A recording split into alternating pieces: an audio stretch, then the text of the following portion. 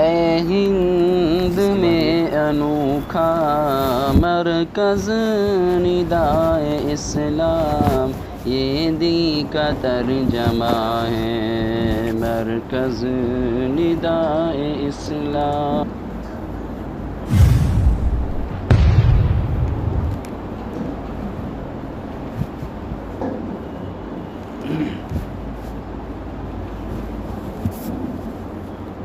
الحمد للہ وحدہ لا شریک لہ والصلاة والسلام علی من لا نبی بعدہ وعلی آلہ واصحابہ الذین اوفوا عہدہ، اما بعد۔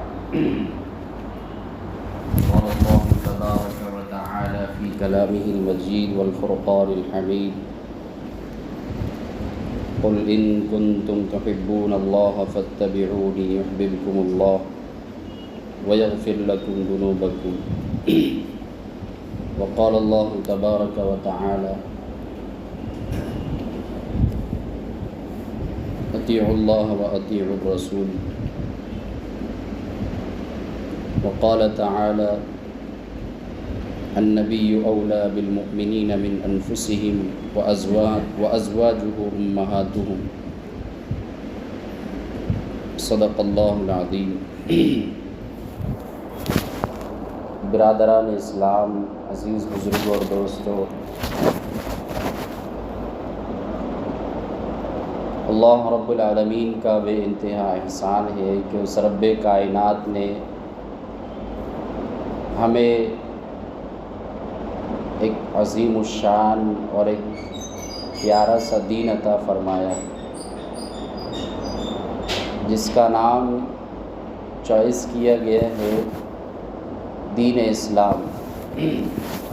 حضرت ابراہیم علیہ السلام نے اس نام کو پسند کیا ہے، هو سماکم المسلمین من قبل وفی ھذا، کہ مسلمان نام رکھا گیا ہے۔ تو یہ دین اللہ رب العالمین نے ہمیں عطا فرمایا ہے، اور پیارے آقا تاجدار مدینہ حضرت محمد الرسول اللہ صلی اللہ علیہ وسلم کی امت کے اندر ہمیں پیدا فرمایا ہے۔ میرے عزیزوں اور دوستو، آج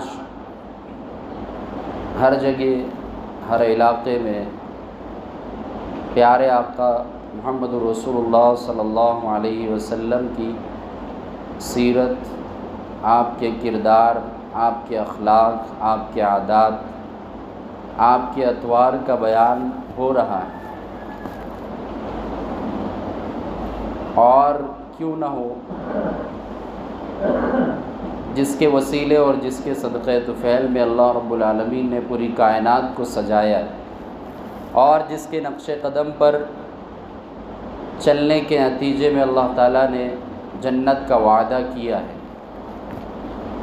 اللہ رب العالمین نے پیارے آقا محمد رسول اللہ صلی اللہ علیہ وسلم کی ذات میں بہترین نمونہ بنایا ہے، تو اس نمونے کا ہم تذکرہ کریں گے، اس کو پڑھیں گے، اس کو دیکھیں گے، ہر طرف سے سنیں گے، تو ہم اپنی زندگی کو اس کے مطابق بنانے کی کوشش کریں گے۔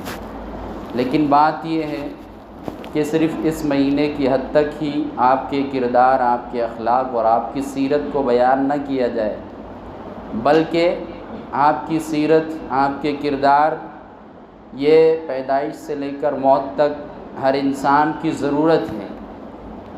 ہر انسان اس کو سنے بغیر، اس کو پڑھے بغیر، اس پر عمل کیے بغیر ایک ادھورا سا معلوم ہوتا ہے۔ تو اس لیے ہمیں پڑھنا بھی چاہیے اور سیرت کی کتابوں کا مطالعہ بھی کرنا چاہیے۔ اور میرے دوستوں اور بزرگوں، پیارے آقا حضرت محمد رسول اللہ صلی اللہ علیہ وسلم کہ ہم امتی ہیں، اور امتی ہونے کے ناطے آپ صلی اللہ علیہ وسلم کی تعلیمات پر عمل کرنا ہر امتی کا فرض بنتا ہے۔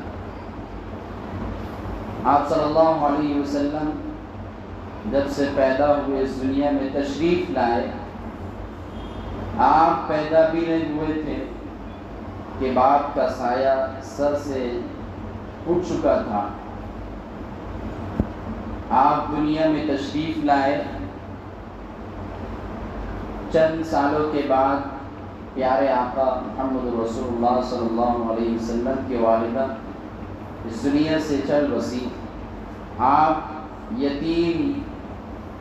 یتیمی کے حالت میں آپ زندگی بسر کرنے لگے۔ آپ کے دادا نے آپ کی پرورش شروع کی، چند سالوں کے بعد وہ بھی اس دنیا سے چلے گئے۔ پھر آپ کچھ بڑے ہوئے، سمجھ بوجھ پیدا ہوئی، تو آپ نے اپنے خاندانی طور و طریق کے مطابق اپنی تجارت کا آغاز کیا، اور تجارت کے لیے جو ہے تو اپنے آپ کو لگایا۔ ملک شام کی سفر، اسی کے ساتھ آپ تجارت میں اتنا اپنے آپ کو جو ہے تو لوگوں کے سامنے پیش کیا کہ آپ کو لوگ امانت دار، سچائی، صادق اور امین کا لقب جو ہے تو دینے لگے۔ معاشرے میں آپ کو امین اور صادق کہا جانے لگا۔ پھر آپ صلی اللہ علیہ وسلم نے حضرت خدیجہ کے ساتھ جو ہے تو تجارت کا دور شروع کیا، تجارت کا سفر شروع کیا۔ وہاں پر بھی وہ تجارت سے اتنے متاثر ہوئی، انہوں نے خود آپ صلی اللہ علیہ وسلم سے یہ ارادہ کیا کہ آپ ان کو نکاح میں لے لیں۔ چنانچہ آپ صلی اللہ علیہ وسلم نے قبول فرما لیا۔ حضرت خدیجہ، ان کی عمر 40 سال، پیارے آقا محمد رسول اللہ صلی اللہ علیہ وسلم کی عمر 25 سال۔ بہرحال یہ تجارت کا سفر ہوا، شادی ہوئی، آپ کے ساتھ زندگی بسر ہوئی۔ 40 سال کے ہوئے، آپ صلی اللہ علیہ وسلم کو نبوت سے سرفراز کیا گیا۔ آپ کو باقاعدہ نبی بنا کر نبوت دے دی گئی، اعلان نبوت جو ہے تو آپ کو کرنے کا حکم دیا گیا، اور پہلی آیت نازل ہوئی، اور اس میں ربک الذی خلق۔ تو آپ نے بچپن ہی سے ایسے حالات میں زندگی گزاری کہ پیدائش سے پہلے باپ کا انتقال، چند سالوں کے بعد والدہ کا انتقال، پھر چند سالوں کے بعد دادا کا انتقال، پھر ایسے ہی یتیمی کی حالت میں آپ نے زندگی بسر کی، فقر و فاقہ، تنگدستی کی حالت۔ پھر آپ صلی اللہ علیہ وسلم کو تبلیغ کا حکم ہوا، یا ایھا الرسول بلغ ما انزل الیک من ربک یا ایھا المدثر قم فانذر، اے چادر کو اوڑھنے والے اٹھ جاؤ اور لوگوں کو ڈراؤ، فانذر وربک فکبر، رب کی بڑائی بیان کرو۔ تو آپ کو یہ حکم دیا گیا۔ آپ صلی اللہ علیہ وسلم نے نبوت کا باقاعدہ آغاز اور لوگوں کو اللہ رب العالمین کی طرف بلانے کی دعوت شروع کر دی۔ خاندان میں سب سے پہلے نبوت کا اعلان کیا گیا، خاندان والوں کو دعوت دی۔ یہ اعلان قرآن کریم کے اندر ہے، وَأَنذِرْ عَشِيرَتَكَ الْأَقْرَبِينَ، کہ آپ اپنے خاندان والوں کو، اپنی قریبی رشتہ داروں کو ڈرائیے، رب سے قریب کیجیے۔ پہلے جو لوگ آپ کو سچا مانتے تھے، آپ کو امانت دار کہتے تھے، آپ کی عزت کرتے تھے، آپ کی تکریم کرتے تھے، آپ کی تعظیم کرتے تھے، آپ کی ہر بات کو جو ہے تو 100% 100% یقینی مانتے تھے، اس میں بلا قسم کے کسی بھی قسم کا شبہ نہیں جانتے تھے۔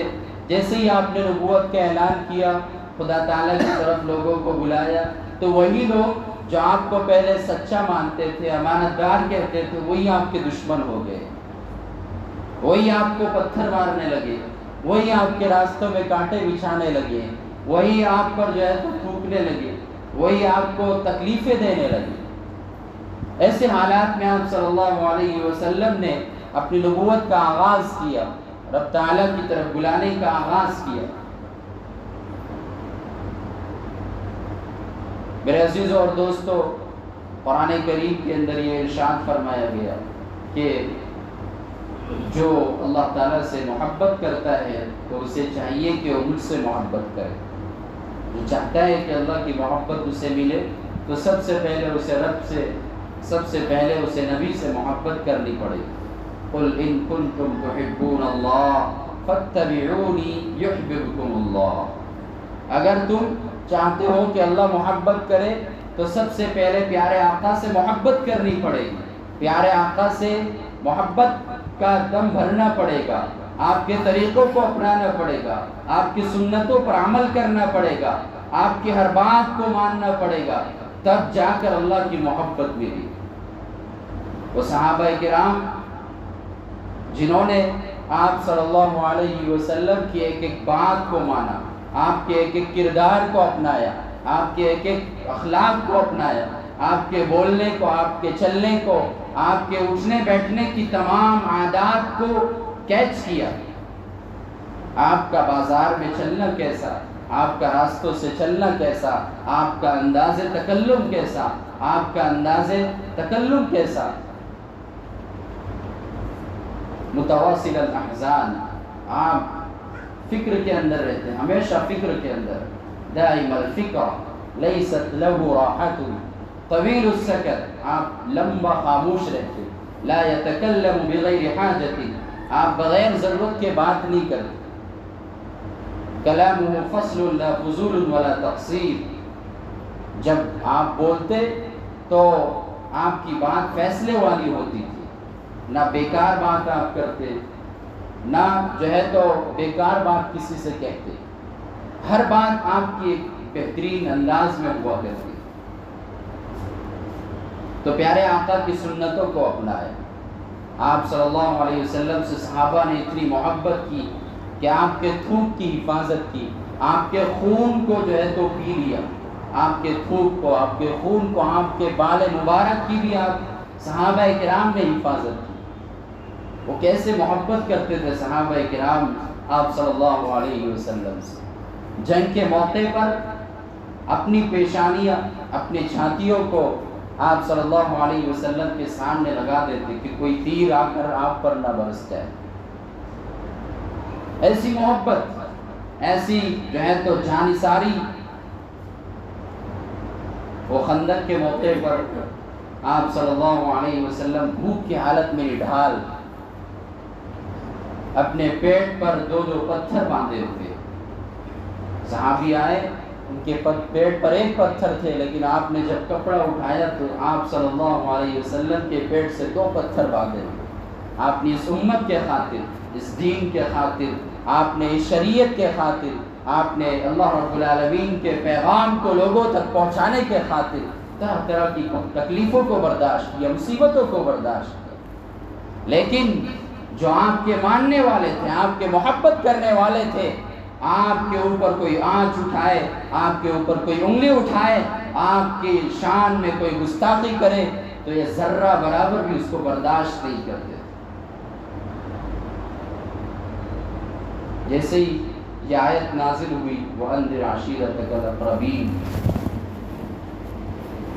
آپ صلی اللہ علیہ وسلم نے اپنے تمام خاندان والوں کو جمع کیا اور اعلان کیا، اعلان نبوت، اور اللہ رب العالمین کی طرف دعوت دیا کہ اے لوگو، خدا تعالیٰ ایک ہے، اس کی عبادت کرو، اس کے علاوہ کسی کو شریک نہ ٹھہراؤ۔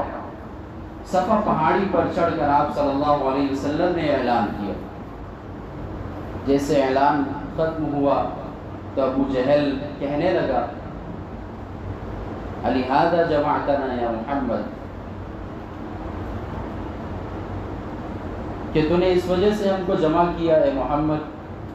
خوب جو ہے تو گستاخانہ الفاظ میں آپ صلی اللہ علیہ وسلم کے ساتھ معاملہ کیا، آپ کے ساتھ پیش آیا۔ اس کے بعد غزوہ بدر کے 7ویں دن کے بعد، غزوہ بدر جب ہوا اس کے 7ویں دن بعد چونکہ آپ صلی اللہ علیہ وسلم کو آپ صلی اللہ علیہ وسلم کی شان میں گستاخی کی، آپ کو برا بھلا کہا تبًّ لک لہذا جمعتنا، کہ آپ کے لیے سارے دن جو ہے تو اس لیے ہم کو جمع کیا، یہ کہنے کے لیے جمع کیا ابو جہل نے، ابو لہب نے یہ کہا۔ تو آپ صلی اللہ علیہ وسلم نے وہاں سے چل دیے۔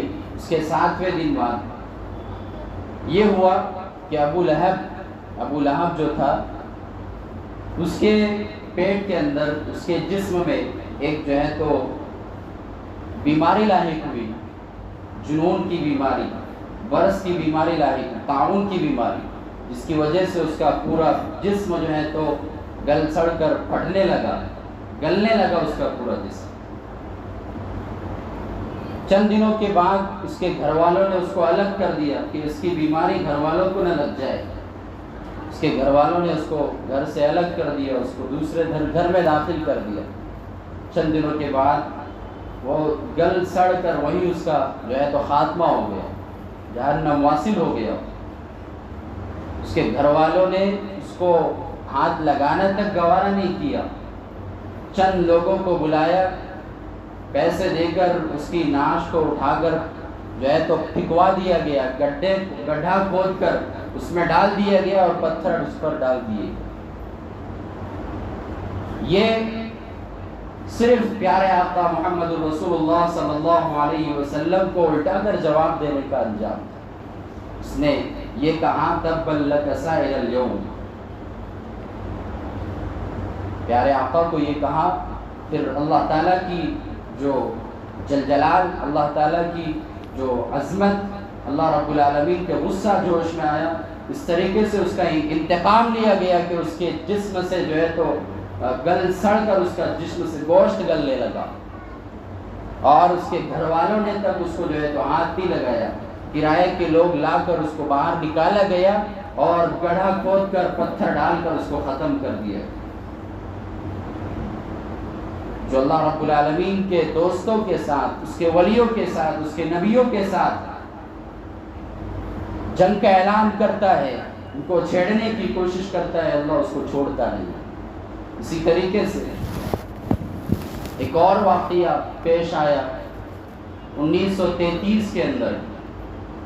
یہ واقعہ ہے حیدرآباد کے سندھ کے علاقے کے اندر۔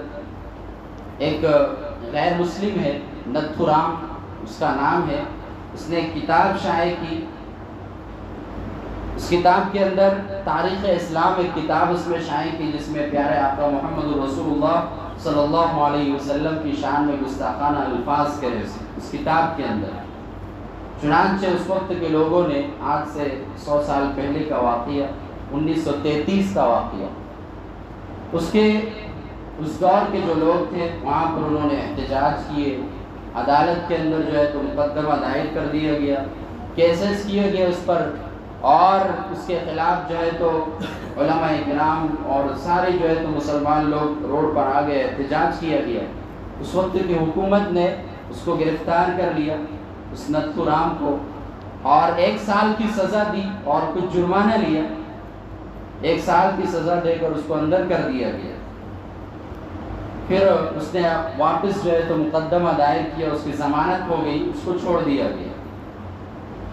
چنانچہ اس وقت کا ایک شعر جس کو عبد القیوم کے نام سے جانا جاتا ہے، غازی عبد القیوم۔ غازی عبد القیوم، اس کی غیرت جوش میں آئی، وہ پکا اور سچا عاشق رسول تھا۔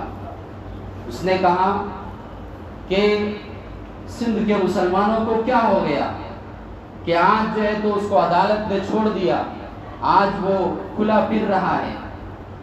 ہمارے مسلمانوں کو کیا ہو گیا کہ ان کی غیرت جوش میں نہیں آتی کہ ایک گستاخ رسول پیارے آقا محمد رسول اللہ صلی اللہ علیہ وسلم کی شان میں گستاخی کر کے اسے تھوڑی بہت سزا دے کر اس کو چھوڑ دیا گیا۔ چنانچہ اس نے اس کو کیفر کردار تک پہنچانے کے لیے غازی عبد القیوم نے ایک جو ہے تو تیز دھاردار آلہ لیا اور کمرہ عدالت کے اندر جو ہے تو پہنچ گیا جہاں اس کا کیس چل رہا تھا۔ یہ پہنچا اور جہاں یہ نتھو رام بیٹھا ہوا تھا اس کو تھوڑا پیار محبت سے ادھر پیچھے کھسکایا اور اس کے پیٹ میں جو وہ دھاردار تیز دھار آلہ تھا اس کے پیٹ میں داخل کر دیا، اس کے پیٹ میں کھوس دیا غازی عبد القیوم نے۔ وہیں پر جو ہے تو اس کے پیٹ سے ہتھیلیاں باہر آ گئی، گرنے لگی اور وہ نیچے گر گیا، خون پلید اس کا نیچے بہنے لگا۔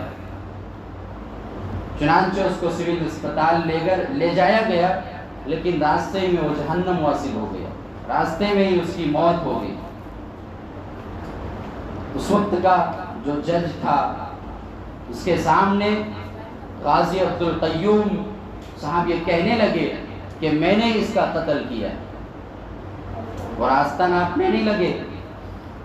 اس کو کردار تک پہنچانے کے بعد، اس کو ختم کرنے کے بعد وہ چور راستہ اپنانے نہیں لگے۔ انہوں نے اعلان کیا عدالت میں کھڑے ہو کر کہ میں نے اس کو جو ہے تو کیفر کردار تک پہنچایا، میں نے اس کو خطرناک طریقے سے موت کے گھاٹ اٹھایا۔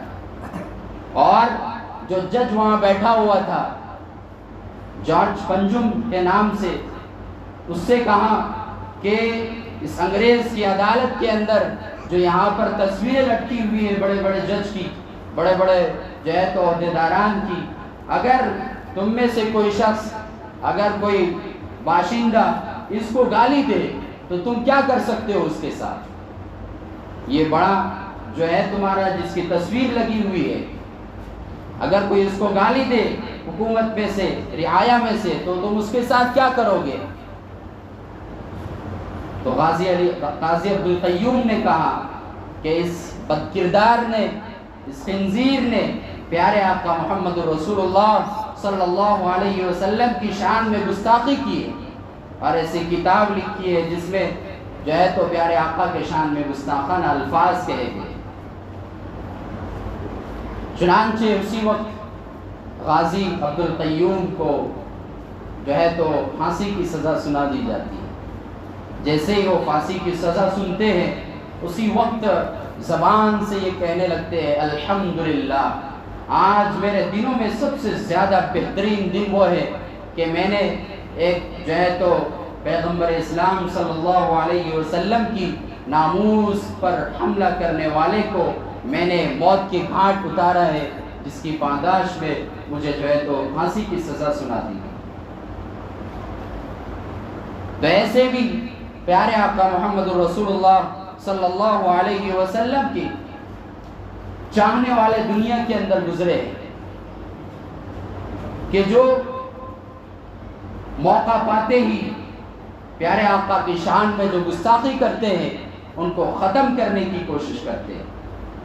آج ہمارے ان غیرت مند مسلمانوں کو جو اس ملک میں رہتے ہیں، آج ہمیں سب سے زیادہ سوچنے کی ضرورت ہے کہ پیارے آقا محمد الرسول اللہ صلی اللہ علیہ وسلم کی شان میں ایسے بے غیرت ناولد جو ہے تو اٹھ کر بکے جا رہے ہیں، ان کا نام لینا بھی جو ہے تو اس منبر سے اچھا نہیں ہے۔ ایسے ناقص، ایسے ناولد اور ایسے حرام قسم کی اولاد اس ملک کے اندر ہے جو پیارے آقا کی شان میں گستاخانہ الفاظ کہہ رہے ہیں۔ آج ہمیں ان کو سبق سکھانے کی ضرورت ہے، اور سبق سکھانے کے لیے ہم اس ملک کے قانون کی دائرے میں رہتے ہوئے حکومت وقت سے یہ جو ہے تو اپیل کریں گے، احتجاج کریں گے، اور جگہ جگہ پر FIR درج کرائیں گے کہ جس شخص نے ہمارے پیارے آقا محمد رسول اللہ صلی اللہ علیہ وسلم کی شان میں گستاخی کی ہے، یا تو اسے سخت سے سخت سزا دی جائے، یا پھر اس کے خلاف ایسے قانون بنایا جائے کہ کوئی دوبارہ ایسا گستاخ رسول اس ملک کے اندر پیدا نہ ہو۔ ہم اس ملک کے اندر رہتے ہیں، اس ملک کے قانون کی حفاظت کرنا ہم سب واسیوں کی جو ہے تو پاسداری کرنا، اس ملک کے قانون کی پاسداری کرنا ہم سب کی جو ہے تو ذمہ داری ہے۔ اس لیے ہم قانون کو ہاتھ میں نہیں لیں گے، ہم صرف حکومت سے یہ درخواست کریں گے، احتجاج کریں گے، پروٹیسٹ کریں گے، اور جگہ جگہ FIR درج کرائیں گے، کہ ضرور بالضرور جو ہے تو ان جو ہے تو گستاخیوں کے خلاف ایسا قانون بنایا جائے، یا پھر ان کو اریسٹ کیا جائے، یا پھر ان کو جو ہے تو پھانسی کی سزا دی جائے، ان کو نیست نابود کر دیا جائے۔